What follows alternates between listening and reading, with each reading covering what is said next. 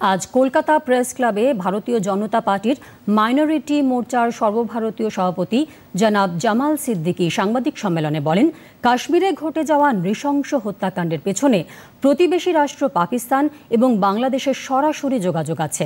এছাড়াও তিনি আশঙ্কা করছেন যে রাজ্যের শাসক দলের ঘনিষ্ঠ যারা মুর্শিদাবাদে ধর্মীয় হামলা চালিয়েছে তারাই হয়তো কাশ্মীরে এই ঘটনার মূল চক্রী।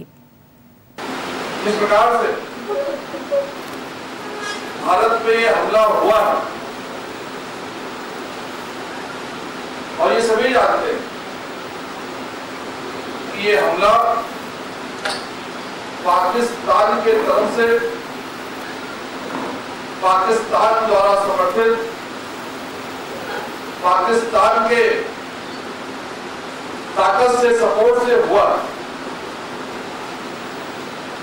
और मुझे पूरा यकीन है, पूरा विश्वास है भारत के प्रधानमंत्री श्री नरेंद्र मोदी जी जल्द ही इसका जवाब देने वाले। जिस प्रकार से नाम पूछकर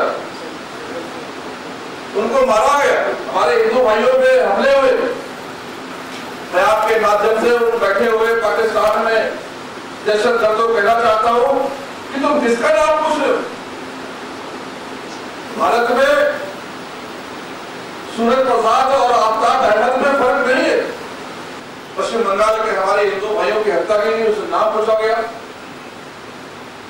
वो खेल पहले पश्चिम बंगाल में हो चुका। मुझे तो ये लगता है कि ये जो क्रोनोलॉजी है वो दोनों एक ही है। कोई ना कोई षड्यंत्र, कोई ना कोई आपसी रिश्ता जरूर है। जो पश्चिम बंगाल में हुआ वही नाम पूछकर हिंदू भाइयों को अटैक जो है पहलगाम में भी किया गया। मैं माननीय अमित शाह जी से मांग करूंगा कि ये तार कहीं पश्चिम बंगाल से तो नहीं जोड़ रहे।